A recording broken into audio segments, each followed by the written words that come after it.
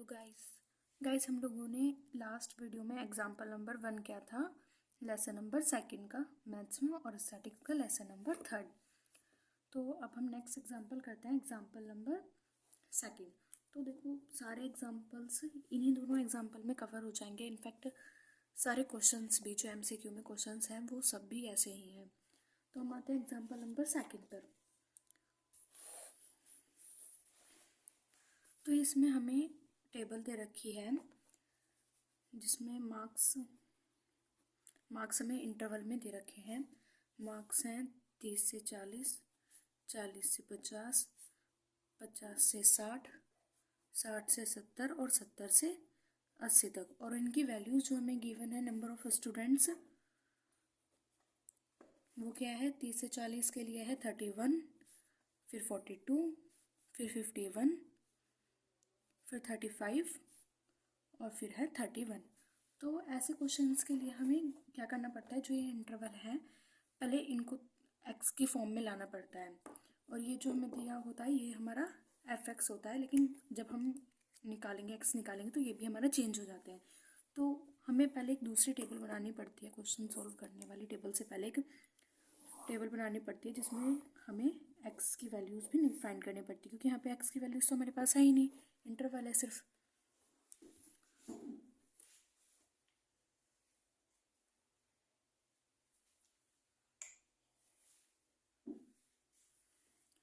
तो x की value निकालने के लिए हम क्या करेंगे, देखो यहाँ पे सबसे मिनिमम जो वैल्यू है हमारे पास क्या है, 30। तो हम 30 से लेंगे 30, यानी कि यहाँ पे हम 30 to 40 है। तो अगर हम यहाँ पे लिख दें लेस देन 40 तो यहाँ पे 30 कवर हो जाएगा। तो यहाँ पे अगर हम लिखेंगे लेस देन 30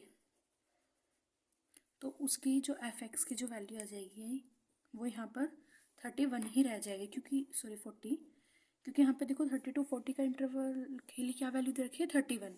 तो लेस देन 40 पर वैल्यू आ जाएगी 31। अब निकाले अगर हम लेस देन 50, तो देखो लेस देन 50 में हमारा सिर्फ 40 to 50 ही नहीं, 30 to 40 भी आ रहा है। तो हम इसके साथ साथ ना इसको भी ऐड करेंगे, क्योंकि 50 के से कम तो 30 भी आता है, 40 भी आता है। तो इन दोनों की वैल्यूज़ को ऐड कर देंगे। तो क्या आएगा ऐड करके 73। ऐसे लेस देन 60 करेंगे, लेस देन 60, लेस देन 70 और लेस देन 80।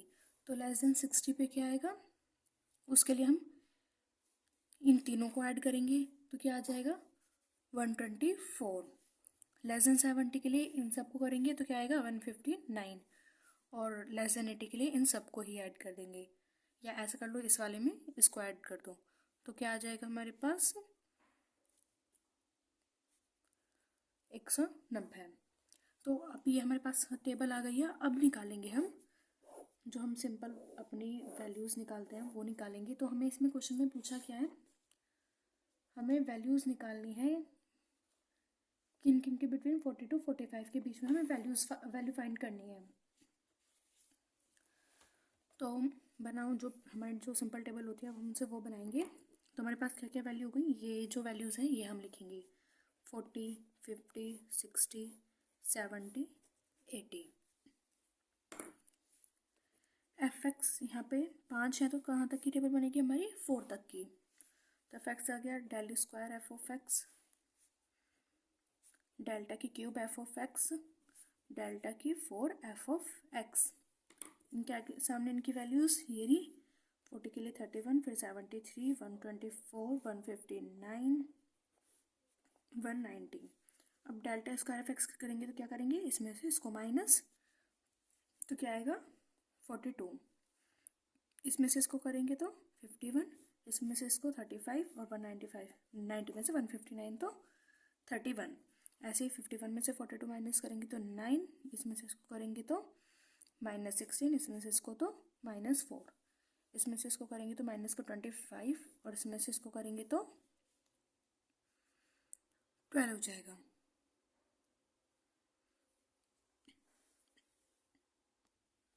अरे इसमें गड़बड़ हो गई, हमने डेल्टा तो निकाला ही नहीं।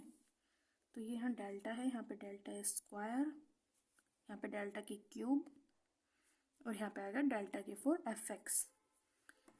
ये याद रखना, ये चीज़ देखने के हमारे पास ये तरीका है, अगर 5 तक की टर्म्स है तो यहाँ पे 4 तक की वैल्यूज़ आएंगी ही आएंगी, ठीक है, 4 तक ही आएंगी, ना कम ना ज़्यादा इससे। हाँ कम हो सकती है, मान लो यहाँ पे 0 0 वैल्यूज़ आ जाए, यहाँ पे 0 आ जाती तो यहीं पे ख़त्म हो जाता, या इसको बोल सकते थे यहीं पे ख़त्म हो गया, लेकिन अगर 0 नहीं आए हैं तो यहाँ तक ऑब्टेन होगा ये। तो अब 12 में से 25 गए तो कितना आएगा, 37। अब हमें 40 से 45 के बीच इंटरवल में वैल्यूज़ निकालनी है कि क्या आएगा उसके लिए वैल्यू 40 to 45 पे।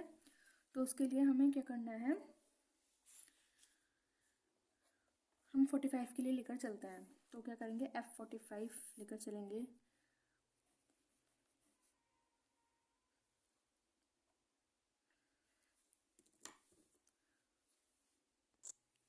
तो जो हमें फाइंड करना होता है वो तो हमारा x होता है, यानी कि x यहाँ पर है 45, क्योंकि हमें 45 के लिए वैल्यू फाइंड करनी है। और यहाँ पे a कितना है, यानी कि फर्स्ट ऑब्जर्वेशन 40, और h कितना है यहाँ पे 10। तो जब हम u निकालेंगे, u बराबर x माइनस ए अपॉन में h, ये हमारे पास फॉर्मूला होता है, और हमें u की वैल्यू फाइंड करनी है। तो x की वैल्यू क्या होगी यहाँ पे 45, और a की है 40, और h की 10, तो क्या आ जाएगा 5/10 इजिकल्स टू 0.5, या 1/2 लिख सकते हैं।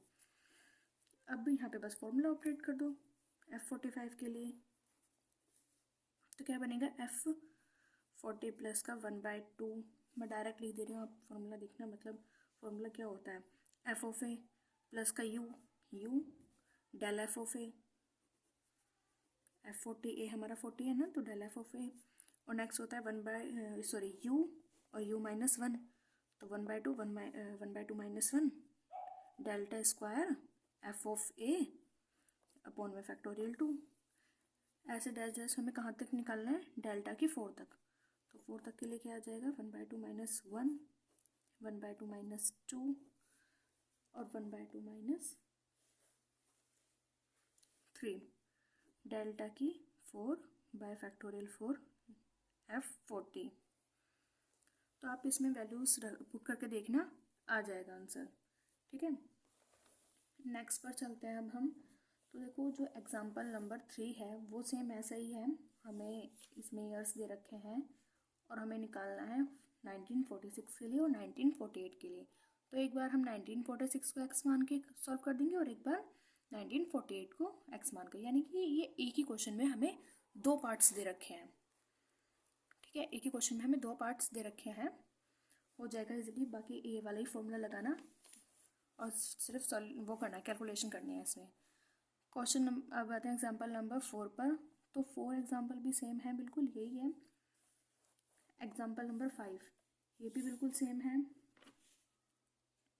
डिफरेंट एग्जाम्पल देखते हैं जो थोड़ा डिफरेंट हो, वो करेंगे अब। देखो एग्जाम्पल नंबर 7 देखो, इसमें हमें वैल्यू निकालनी है 1925 के लिए। तो हमें इसमें बैकवर्ड फॉर्मूला लगाना चाहिए क्योंकि ये बिल्कुल एंड टर्म में आ रहा है, लेकिन इन्होंने इसे फॉरवर्ड से सोल्व कर रखा है, तो आप बैकवर्ड से सोल्व करना, आ जाएगा आंसर। और इन्होंने अलग अलग मेथड्स दिखा रखे हैं, आप वो मत जाना, जो फॉर्मूला मैंने लिखवाया बस दो वो फॉर्मूले ऑपरेट करना जब भी आपके पास इक्वल इंटरवल हो, ठीक है। अनइक्वल इंटरवल के लिए अलग फॉर्मूले आएंगे, वो नेक्स्ट चैप्टर में आएंगे, मैथ्स का वो नेक्स्ट चैप्टर है, चैप्टर लेसन नंबर 3 है, और स्टैटिक्स का वो लेसन नंबर वो भी 3 ही है, मतलब जो स्टैटिक्स के लेसन नंबर 3 है वो मैथ्स में 2 लेसन दे रखे हैं, 2nd एंड 3rd, अलग अलग नाम से, यानी कि अलग अलग करके दे रखे हैं, एक बार इक्वल इंटरवल के लिए, एक बार अनइक्वल इंटरवल के लिए। लेकिन स्टैटिक्स में ये पूरा एक ही चैप्टर दे रखा है जिसमें इक्वल और अनइक्वल इंटरवल दोनों के लिए क्वेश्चन आ रहे हैं, ठीक है। तो अभी हम मैथ्स के अकॉर्डिंग हम लेसन नंबर 2 पर हैं और स्टैटिक्स के अकॉर्डिंग हम लेसन नंबर 3 पर हैं। नेक्स्ट जो हम लेसन करेंगे वो मैथ्स के अकॉर्डिंग, वो भी हम स्टैटिक्स का 3rd लेसन ही होगा। तो अब आते हैं हम एग्जाम्पल नंबर 8 देखो, इसमें भी हमें अलग अलग वैल्यूज़ के लिए निकालना है, सिंपल बस यू चेंज होंगे, फिर उसके अकॉर्डिंग आप वैल्यू निकालते जाएंगे, इजीली हो जाएगा। एग्जाम्पल नंबर 9 बिल्कुल एग्जाम्पल नंबर 2 की तरह है, हो जाएगा। मुझे तो और अलग एग्जाम्पल कोई दिख नहीं रहा है इसमें, ये रहा एग्जाम्पल नंबर 13, ये क्वेश्चन अलग है, तो हम इसको करते हैं। तो एग्जाम्पल नंबर 13 में हमें इंटरवल दे रखा है, एक्स और एफ एक्स की वैल्यू हमें पॉइंट्स में गिवन कर रखी है। यही करें हम, यही करते हैं। वैसे 14 इम्पोर्टेंट है थोड़ा, तो 14 ले लेते हैं, लेकिन 14 के जैसे ही 13 है, हो जाएगा इजीली। ठीक है, तो हम आते हैं एग्जाम्पल नंबर 14 पर। तो एग्जाम्पल नंबर 14 में हमें टेबल दे रखी है, एक्स और एफ एक्स की वैल्यूज़ दे रखी हैं। एक्स की क्या है 0 1, सॉरी 1 तो यहाँ पे आएगा 1 2 3 4, और उसके लिए कॉरस्पॉन्डिंग एफ एक्स की वैल्यू 3 6 11 18 27, और डेल्टा एफ एक्स की वैल्यू फिर क्या आएगी, इसमें से इसको माइनस करेंगे तो 3 आ जाएगी, 11 में से 6 गया 5 आ जाएगा, 18 में से 11 गया 7, 27 में से 18 गया 9। डेल्टा स्क्वायर एफ एक्स, पहले देख लो यहाँ पे कितनी टर्म्स है हमारे पास, 5 है, तो यानी कि 4 तक बनेगा। डेल्टा की क्यूब एफ एक्स और डेल्टा की 4 एफ एक्स। 5 में से 3 गया 2, 7 में से 5 2, 9 में से 7 2।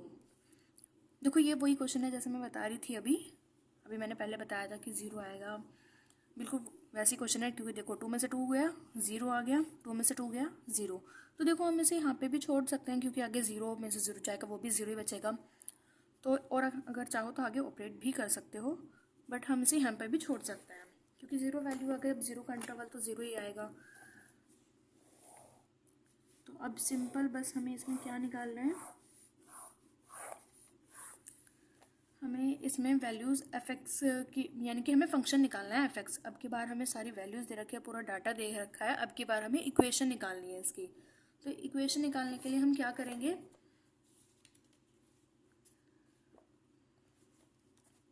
इसके लिए फॉर्मूला होता है, देखो एफ एक्स अगर हमें निकालनी है तो ई की पावर एक्स लिख देंगे और एफ ऑफ 0, क्योंकि हमारे यहाँ पे 0 से स्टार्ट है ना, तो एफ ऑफ 0 लेके चलेंगे। तो ई का हमारे पास हमने देखा था फॉर्मूला होता है 1 प्लस डेल्टा, डेल्टा की पावर एक्स रहने दो और एफ ऑफ 0। तो हमारे पास ये एक्सपेंशन का फॉर्मूला होता है हमारे पास, ये 1 प्लस एक्स की पावर एन का, तो हम उससे खोलेंगे इसको, तो क्या आ जाएगा 1 प्लस एक्स डेल्टा प्लस का एक्स माइनस 1 2 का फैक्टोरियल डेल्टा स्क्वायर। देखो हम क्यूब भी ले लेते हैं, चलो एक्स माइनस 2 डेल्टा की क्यूब एफ ऑफ एक्स रह गया, फिर एफ ऑफ एक्स में आएगा, डेल्टा चल तो रहा है, ठीक है। तो देखो आगे भी ले सकते हैं हम, लेकिन हम यहाँ तक लेंगे 2 तक ही, 3 तक क्यों नहीं लेंगे, क्योंकि यहाँ पे तो हमारी 0 वैल्यूज़ आ रही हैं। जब हम यहाँ पे वैल्यूज़ पुट करेंगे, देखो जब हम यहाँ पे इसकी डेल्टा क्यूब एफ एक्स की जब हम यहाँ पे वैल्यू पुट करेंगे तो वो तो 0 आ जाएगा, अपने आप ये सब 0 हो जाएंगी। तो ये मान लो आगे की पावर्स हमने छोड़ दी हैं। तो अब इसमें ये वैल्यूज़ पुट करेंगे और यहाँ पे एफ ऑफ 0 चल रहा है हमारा, यहाँ पर चल रहा है हमारा एफ ऑफ 0। तो अब हम एफ ऑफ 0 के अंदर मल्टीप्लाई करेंगे तो क्या आएगा, एफ ऑफ 0 प्लस का X delta F of 0 plus का X minus 1 factorial 2 delta square F of 0। अब बस यहाँ पे वैल्यूज पुट करती जानी है। एफ ऑफ 0 की वैल्यू क्या है हमारे पास 3, ये यहाँ पे 3 वैल्यू है, 3 लिख दिया, एक्स ऐसे आ गया। डेल्टा एफ ऑफ 0 की वैल्यू क्या है, उसकी भी 3 है हमारे पास। एक्स की वैल्यूज हमें पता ही नहीं है, एक्स के लिए निकालनी है, तो ये तो एक्स ऐसे ही रहेंगे, एक्स माइनस 1 अपॉन में factorial 2 delta square F of 0 की वैल्यू 2 मल्टीप्लाई 2। तो अब हम इसे सॉल्व करेंगे, 3 प्लस 3x, इस इक्वेशन को सॉल्व करेंगे तो क्या आएगा, एक्स स्क्वायर माइनस का एक्स, और फैक्टोरियल 2 को लिख सकते हैं हम 2 इंटू 1, और एक यहाँ पे 2 ये वाला ऐसे आ गया, 2 से 2 कैंसिल, तो क्या बचा एक्स स्क्वायर, अभी देखो माइनस का एक्स प्लस का 3x, तो क्या बचा 2x प्लस का 3। यही हमारी इक्वेशन है और यही हमारा आंसर है, क्योंकि हमें फंक्शन एफ ऑफ एक्स निकालना था, यही हमारा आंसर है उसके लिए। तो देखो जो एग्जाम्पल नंबर 13 है सेम यही है, बस हमें इसमें जो वैल्यूज़ दे रखे हैं वो पॉइंट्स में दे रखे हैं। यानी कि देखो जो फर्स्ट हमारी ऑब्जर्वेशन है वो हमें कैसे दे रखी है, 0 1 1 3 2 7 और 3 एंड 13। तो उसके लिए जो हम टेबल बनाएंगे एक्स और एफ एक्स, तो उसमें जो हमारा एक्स होगा, जो फर्स्ट नंबर वाली है वो हमारी एक्स की वैल्यूज़ होंगी, और जो सेकंड वाली है वो एफ एक्स की। यानी कि इसके लिए टेबल क्या बनेगी, 0 1 2 3, 0 के कॉरस्पॉन्डिंग वैल्यू 1, 1 के 3, 2 के 7 और 3 के लिए 13।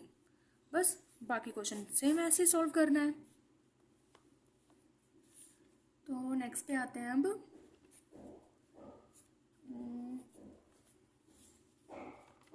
बाकी तो देखो हो जाएंगे। अब हम आते हैं, अगर कुछ नहीं हो पाएगा तो आप कमेंट कर देना।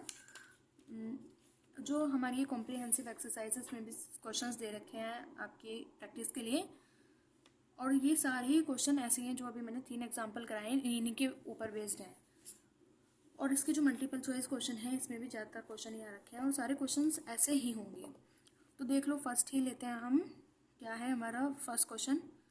तो फर्स्ट क्वेश्चन तो हमने जस्ट अभी किया है। देखो एग्जाम्पल नंबर 14 हमने अभी किया था। ये था हमारा एग्जाम्पल नंबर 14, मैं लिखना भूल गई। एग्जाम्पल नंबर 14 सेम देखो यही वैल्यूज़ दे रखी हैं हमें, यानी कि जो हमारा फर्स्ट MCQ है वो एग्जाम्पल नंबर 14 है। अब नेक्स्ट पर आते हैं। नेक्स्ट में हमें क्या निकालना है? लेट द आर्ग्यूमेंट्स दे रखे हैं x0, x1, x2 dot dot xn be equally spaced.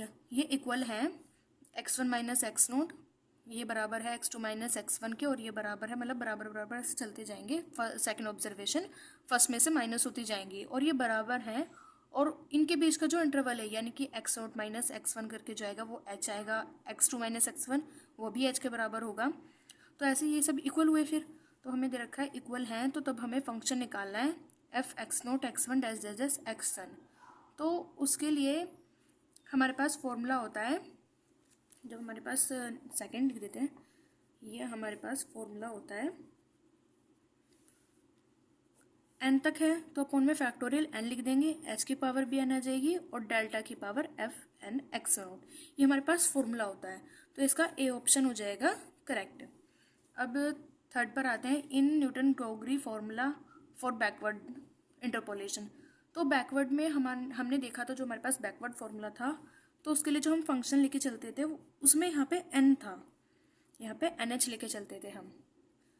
तो इसके उस हिसाब से हमारा क्वेश्चन क्या सही हुआ। और यहाँ पे भी n तक ही वैल्यूज़ दे रखी हैं, थर्ड में भी n+1 तक है, लेकिन जो लास्ट ऑब्जर्वेशन में वो n है ना, तो यहाँ पे भी n लेकर चलेंगे हम। तो इसके अकॉर्डिंग थर्ड का ऑप्शन कौन सा सही हुआ? A option is correct. अब आते हैं क्वेश्चन नंबर 4 पर।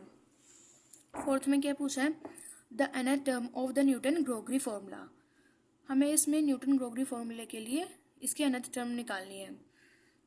तो जो पहली बात तो ये याद रखना है, अगर हमारे पास n टर्म्स थी तो डेल्टा की पावर भी n ही थी, है ना। तो फिर हमें सबसे पहले डेल्टा की n पावर ही देखनी है। तो फर्स्ट और सेकंड, जो फर्स्ट और ए और बी जो ऑप्शन है उसमें डेल्टा की पावर n+1 है, तो ये तो गलत हो गए। अब हमारे पास क्या बचा? सी और डी ऑप्शन। तो सी और डी ऑप्शन में क्या चेंज है? देखो हमारे पास हम जो फॉर्मूला लिखते हैं, देखो फॉर्मूला क्या होता है? एफ एक्स बराबर होता है एफ ऑफ ए प्लस का U delta F of A plus का U -1 delta square F of A upon में फैक्टोरियल 2। ये हमारा फॉर्मूला होता है। तो देखो जब यहाँ पे 2 था तो 2 आ गया था। तो जब हमसे n के लिए पूछा है, डेल्टा n एफ ऑफ ए के लिए अगर हमसे पूछे तो क्या आएगा उस हिसाब से? देखो डेल्टा n, तो यहाँ पे डेल्टा n ही आ गया। एफ ऑफ ए था और हमसे x के लिए पूछ रहा है, तो एफ ऑफ ए के लिए एफ ऑफ ए आ जाएगा। यहाँ पे 2 पावर थी तो 2 फैक्टोरियल में आता, ऐसे ही n फैक्टोरियल में आ जाएगा। और यहाँ पे देखो 2 तक था तो एक एक डिजिट माइनस होती जाती है, यानी कि एक बार u था, u-1 था, तो हम क्या आएगा यहाँ पे u-1 u-2 ऐसे करते करते लास्ट में क्या आ जाएगा, यानी कि 2 था तो एक 1 कम हो रहा था ना। तो जब हम यहाँ पे n के लिए करेंगे तो n के लिए क्या आ जाएगा?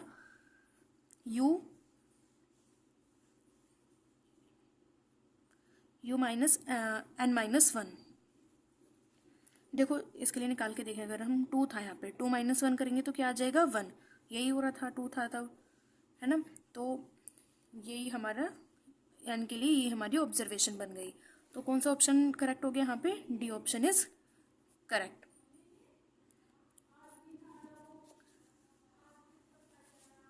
नेक्स्ट ऑप्शन पे आते हैं, क्वेश्चन पे आते हैं फिफ्थ में क्या है? Newton Gregory forward interpolation is used for. Forward interpolation formula किसके लिए कब यूज़ करते हैं हम? जब इक्वल इंटरवल हो।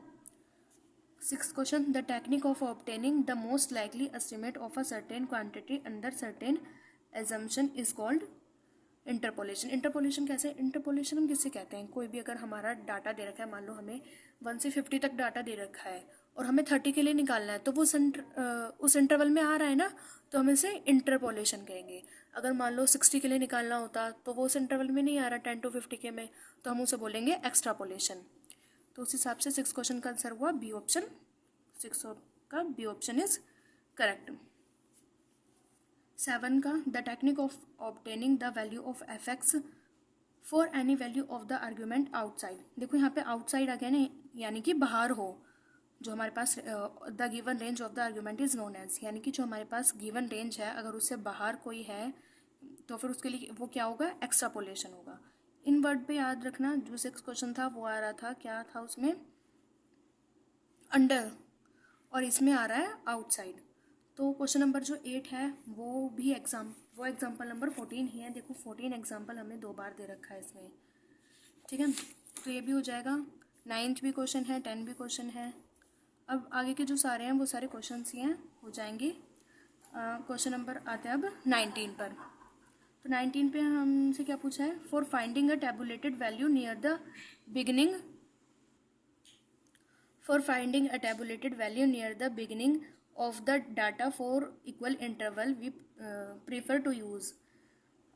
इसमें हमसे पूछा है अगर नियर यानी कि जो हमारे पास डाटा दे रखा है, अगर स्टार्टिंग में ही हमसे कोई वैल्यू पूछी हुई, यानी कि जैसे क्वेश्चन नंबर 19 मान लो हमारे पास डाटा दे रखा था 10 to 20, 20 to 30, 30 to 40. इसमें बोला नियर मतलब स्टार्टिंग में ही जो है उसमें ही अगर हमारे से कोई वैल्यू पूछे, यानी कि 15 की वैल्यू पूछ लेता, तो ये सबसे स्टार्टिंग में आ रही है ना, तो इसके लिए हम कौन सा फॉर्मूला लगाते? बैकवर्ड की फॉरवर्ड, क्योंकि अब ये हमारे पास सबसे पहले इंटरवल में ही आ रही है, तो हम इसमें फॉरवर्ड लगाएंगे. अगर मान लो 40 to 50 भी दे रखा होता, 50 to 60 भी, तो अगर हमसे यहाँ से पूछ लेता 50 की या 55 की, तो हम कौन से लगाते हैं? बैकवर्ड.